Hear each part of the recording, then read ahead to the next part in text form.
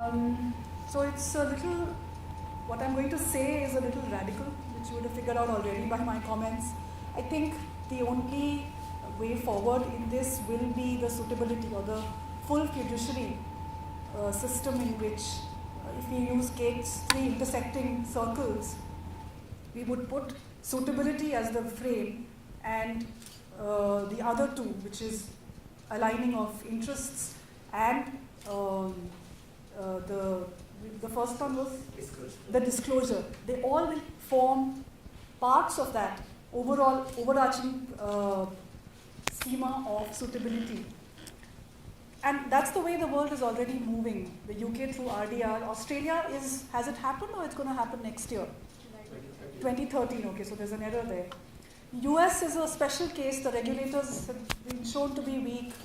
The market has not really worked for the consumer in many ways. Their way out was the Consumer Financial Protection Bureau, but it's been a bit of a non-starter with the dilution in the overall, the objective of what they wanted to do was fairly significant. The US follows the disclosure and literacy approach, and that we've seen has not worked. The UK has come out recently with the John Kay report, where the professor was asked a basic question, to explore a basic question, which is what is the role of equity markets?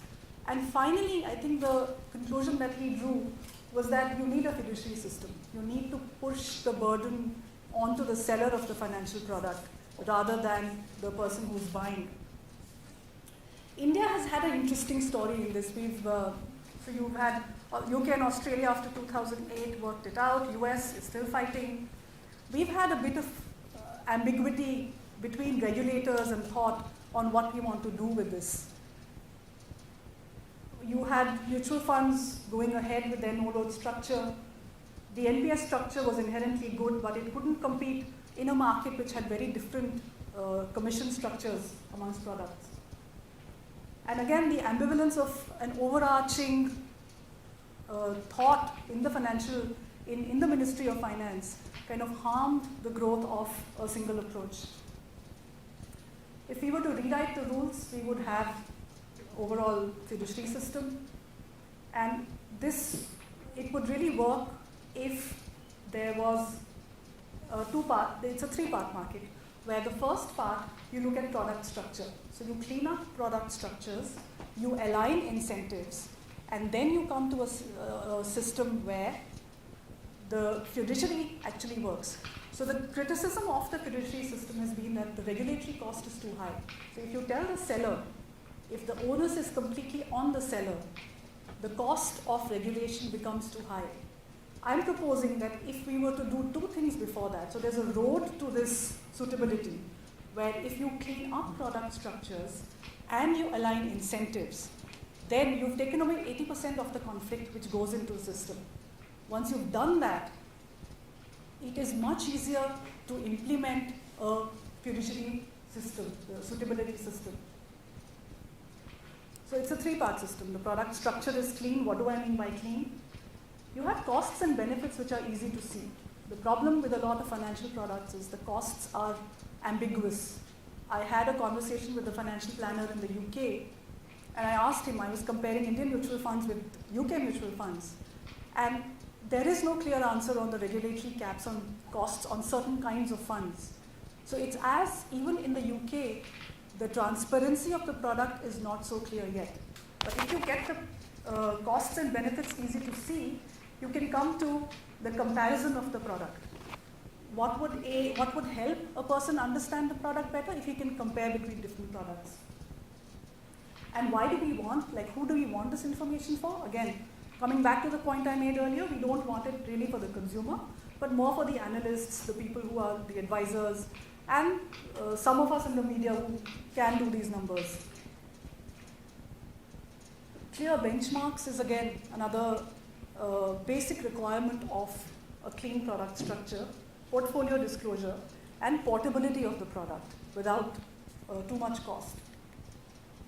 And I'll come to all the product structure in case of both the mutual fund and the ULIP product in a while. And second is incentives. So So the whole financial system is about follow the money. The conflict arises because the agent is incentivized to sell a high commission product. What if we were to, so we're asking a basic question, what if we were to align incentives so that the producer manufactures a product which actually benefits the consumer, and the seller sells the product which actually works to take care of the financial health of the consumer. So can we flip this model which goes into policing everything that you do wrong into making a system where you've built the incentive system so that you are nudging behavior? And we have a product which is doing it, it still has to fully play out,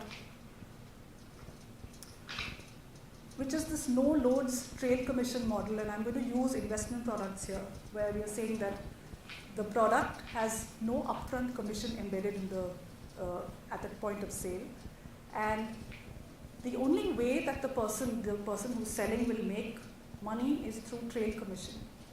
Why does trail work? Because in a typical mutual fund, what will happen is that you should actually be in the product for at least 10 years, and you should be in a well-performing fund.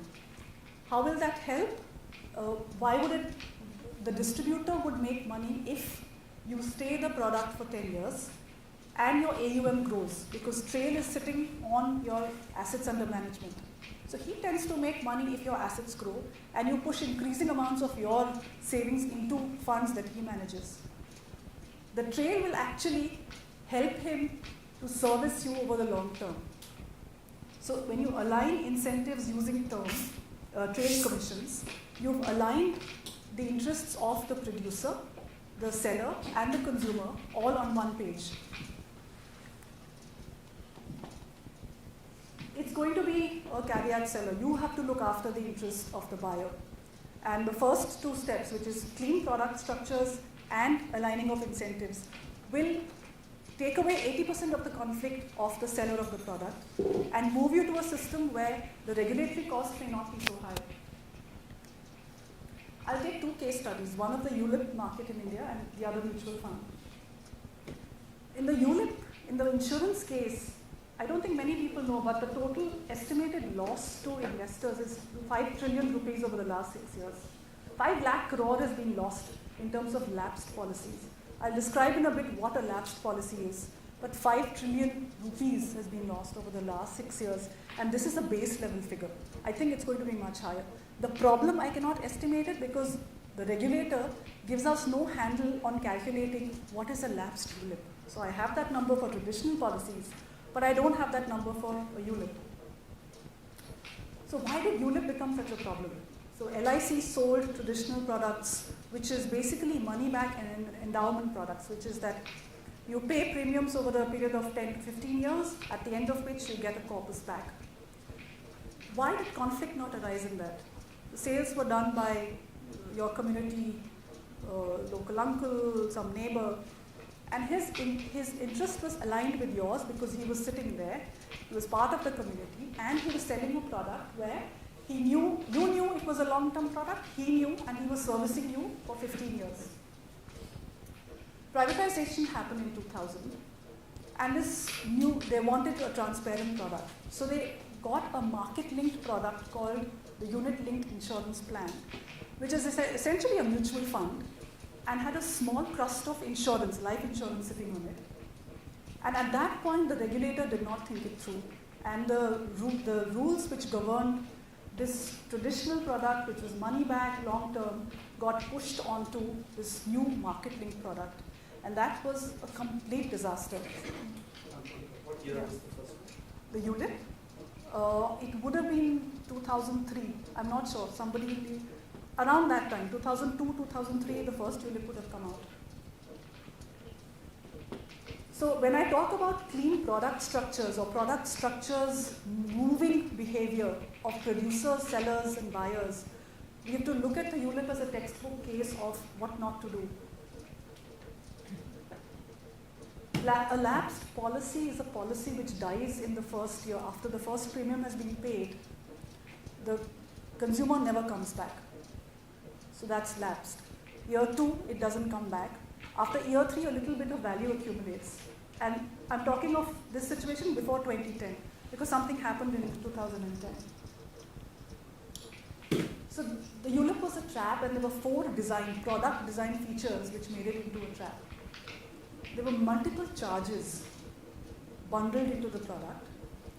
There was an allocation charge, which is a front load. So 100 rupee premium, 40 rupees would go to the agent. There was administrative cost for the insurance company to look after its own expenses, mortality, which is the life insurance charge, and then fund management for the bulk of the money. There was a 3-year lock-in with a very high surrender charge. I'll come to the surrender charge in a bit. The portfolios are not benchmarked. There's no disclosure of portfolio. That problem still exists. Don't even think about portability. If you bought it, you're stuck with it. Let's look at the cost. So what is the ULIP? It's supposed to be a 10 to 15-year product where every year there's a 5% commission sitting on the top of the product. So it's embedded. But you take this and you push this commission into the first year. So first year, for a 15-year product, you have paid 40%. It should have been 55555, but you pushed it forward. The first year, you have 40 rupees on 100 sitting there. This was the legal commission. When competition really took off, agents were doing as much as 60-70% because illegally the insurance manufacturers were giving them under other charges. So on 100, you're going to get 60-70 rupees. What is the incentive of the person selling? To find anyone and hit them with the product and run, right? Because you're getting 80 rupees. And so you had other costs, administrative mortality added another 5-10%. So I'll just take a minute. I talked about high allocation charges earlier. So when people discovered that these allocation charges were as high as 40, they began to ask for no-load products. And they were given those, except that the money all went into administrative cost. What made it a trap? So you've got product, you've 40 rupees on 100 the agent has got, 60 rupees is sitting, and I don't pay my second premium. What happens to the rest of the 60? The insurance company got to keep it because there was no cap on the surrender charge, effectively. So the insurance company would keep the rest. So essentially, if you bought a ULIP after the first year and you did not go back, you got nothing back. Value would begin to build in only after the 3rd year. The norm in the industry was that 70% of the value was deducted after year 1.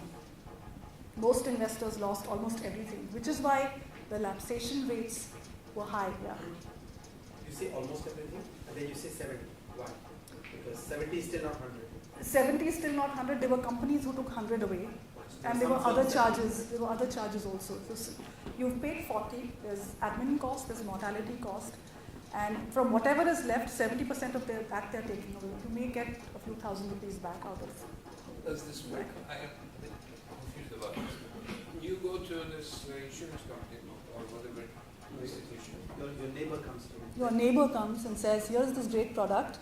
You give me 100,000 now. In 3 years, it will become 500,000. Okay, and Yeah. when you give them 100,000, they take 40,000 away? That's right. And 60,000 is invested in Yes. No, she's saying almost 70% is taken away. But if I don't, In the beginning. yeah, but if I don't pay the second premium, then that the rest of the money That's also 70% of 60 of 60 the insurance company on top keeps. of the initial 40. Yeah. That's right. 70, my impression is 70,000 rupees is taken away initially. No. 40% in commissions, 40%. costs, all that extra. Some added on. companies would take away 70 because they would bundle it into administrative costs. Other costs. So The let's other say, costs. let's say 60% is gone. Yeah. 40% is invested. But Is if you invested. after the first premium Don't- said I want it back or I didn't pay again, then Most of it is gone. 70% of that 40% Of that 40% is is gone. kept by the insurance company. You still get something back. Few thousand, yeah. Yeah. You're hopeful, right? 12% you get back. Okay. In 20, Sorry, I just wanted to understand how, so how is it that they promised 500,000 in... you can say anything to anyone. It was just a lie. Complete lie. A complete lie. They would promise you It was an 24%. oral promise, it was not Yeah. in writing. And there was no regulatory supervision at all. They would call up and say 25% return year on year for the next 30 years. I can narrate a conversation of how they sold also. What they say if you continue the policy for 10 years, you will get 20 times. This is the first sales pitch. Then they say this policy has an option to pay only 4 installments. If you pay 4 installments, whatever money you pay 4 lakh each year, 1 lakh, you will get only that. They never say that, but in the consumer mind, he thinks no 20 times he is going to get it. After 4 years, they say no, you continue that. And many times they don't say 4 installments also. They say 1 lakh you pay, you will get 20 lakh. That's the way they sold it. Finally, it happened that 1 lakh also they didn't get it. If somebody gets a notice second year, then only people realize I have to pay 3 more installments. So they used almost every trick in the book to sell the product. For people who wanted maybe a 3-year product with one lump sum payment, they would sell a 15-year recurring investment product, lying that it was actually a 3-year fixed product. To what type of people did they sell? Everybody, from fishermen to people like us. Everybody. They sold it for Very 50 popular year and product. 60-year-old. Yeah. They To sold ev- it for 50-year and 60-year-old also. 70 That is the years. I beauty. know a couple of Yeah. 75 who put 1 crore of their retirement into ULIPs. So you're financially sophisticated, both of this also. Yeah. Well, so In an average middle class household was getting trapped into this. Other than people in the rural areas and the fishermen that we spoke about, it was sold. My driver had these policies. fortunately, distributions had not come to that point yet. If we had good financial access, this product would have gone there. 5 The trillion benefits in the of last financial 6 years.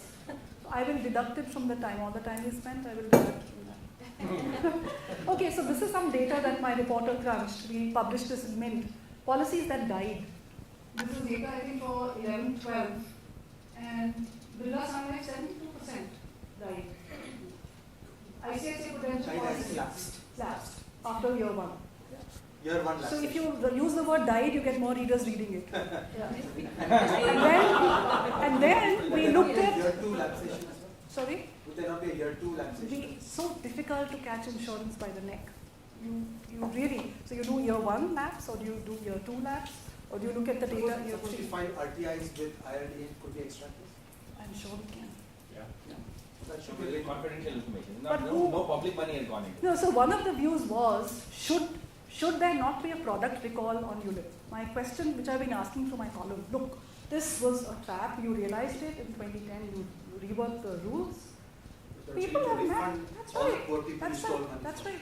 Product recalls have happened in other markets. I don't know why we can't do it there. Anyway, then what we looked at was profits of insurance companies directly linked to lapsations. I can have this data mailed across to everyone. We found they actually had made profit from lapse policies, and that data is available within it. You have omitted the important peerless insurance on this is another 500 crores. Yeah?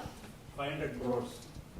Okay, then we had 3-year persistency, which means now, so 1 year lapse, how many people persist over a 3-year period? Persistency of SBI, 21%. 24% is Kotak. The global, the market, developed market average is 78% persistency. So this is data which ended, I think, in 2012. How do you define persistency ratio? 3 years, at the end of year 3, how many people are still paying the premium? That. So you paid premium 1, you paid premium 2, you paid premium 3, and you're still in the policy. That is the and why 3 years? Because in 3 years you were told you could get out of the policy. So people in their heads thought that at the end of year 3, my 1 lakh is going to go to 6 lakh. So they redeemed. So these are the persistency rates. Monika, Yeah. 72% of the people persisted with that policy, but in the previous slide, that's the company where the maximum number of Lapsations happen. yeah. Yeah, so we don't know how this data is finally hanging together. Yeah. But in this Birla Sun Life, yeah, you're right. Maybe the years are different. Maybe this is true. See, every year that you look at the data, you will get different results. And a lot of this data is pulled out of the IRDA annual report.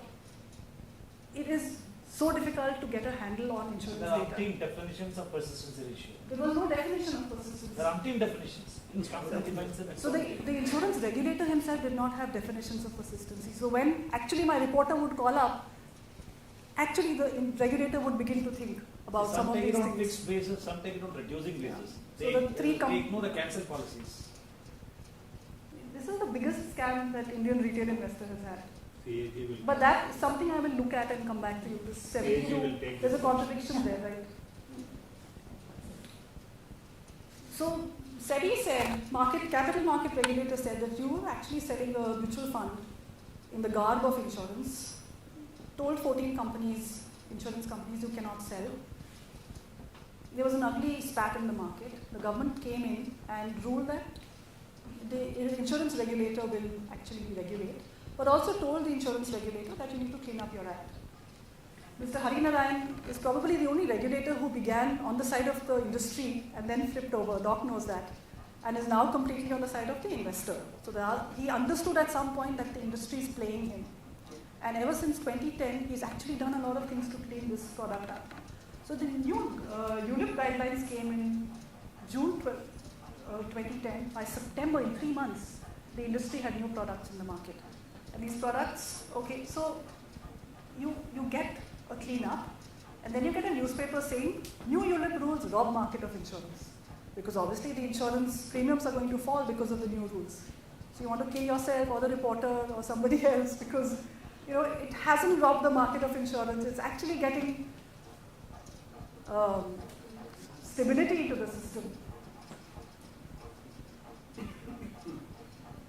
Basically what they did was they pushed all the costs under one cap and made surrender charges a maximum of 6,000 rupees. So you couldn't really charge more than that. So they removed all the things which we had flagged over years to say, remove this, and it became a product. What does the insurance industry do? They begin to sell the other product, which is traditional, which is still opaque, which still carries 40% commissions. So you have the first year premium collection. That is where the fat money is in the traditional product. 2008, the ULIP first year premium is 69,000 crore. 2012, it's 17,455. Dropped by 75%. Traditional policies, 2008, old regime, ULIPs were selling. They have grown by almost 3 times. So the insurance industry has shifted. How have commissions moved? Same thing. ULIP commissions were 89% of total commissions, 2009, now they're 40. Traditional were 11%, now they're 45. So the products have moved, the distribution has moved. So IRDA is now doing the traditional bank rules, and the same rules will happen in traditional where there will be one cost cap, surrender charges. So by September, that market will get cleaned up. So slowly that industry will also probably settle down. Then there's a mutual fund. So we've seen bad product structure, misaligned incentives completely destroyed the retail investors' trust. The mutual fund story began with a much cleaner product structure, and 3 successive SEBI chiefs worked on the product structure. So the pre-2009 structure was that there's a load on the product, maximum of 7%. The industry standard was it's actually 2.5. That's an error, I'm sorry, it's 2.5. And caps of an average of 2% asset management, which sat at the end of the year on the total AUM. But new fund offers were allowed to charge 6% of the amount raised from the fund, amortized over 5 years. So you have an entry cost, you have an ongoing cost, and if you bring an NFO, a new fund offer, new product to the market, you're allowed to charge 6%. There are benchmarks, portfolio disclosure is there. So if you raised 1,000 crore, 60 crore you got to keep the company, mutual fund company. Mr. Damodaran took away the 6% NFO charge on open-ended funds in 2006. Mutual funds moved to closed-end funds. So there are open-ended funds and closed-end funds. He removed it on open-ended funds also in 2008. And this then tells you how the NFOs, which were 42% of the total inflow in March 2006, are now contributing 1%. So the flows are still there. Flows are almost similar. But you see, what is contributing to those flows? To March 2006, 42% of total flows were NFOs. Now, it is 1%. Rest of it is coming from older performance funds and not new products. A new fund offer, a new product, a new mutual fund. Close that. Sorry? Open-ended. Now, so for both products, there are no charge. Mr. Bhave took the step of making the mutual fund a no-load product, which is what drove a lot of discussion in the market. So the Indian mutual fund became the first product in the world to become no-load. They said the market will die, funds will close business. This was in 2009. The whole load discussion has been on for the last 3 years. Mr. UK Sinha, who's the latest SEBI chief, has removed it from the table, and we have an increase in the expense ratio, which looks at the trail model, where you're aligning incentives.